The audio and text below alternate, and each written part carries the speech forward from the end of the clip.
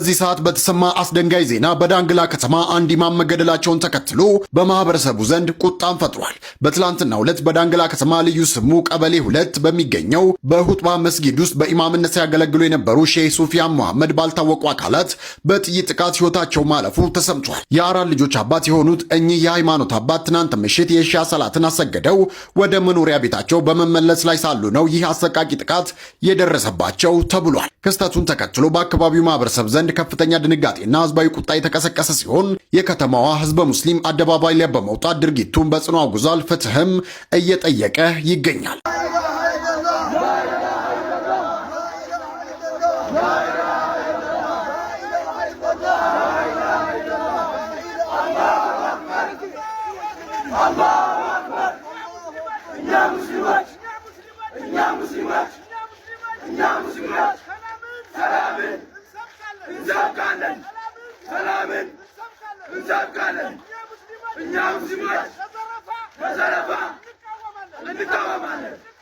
እንቃወማለን።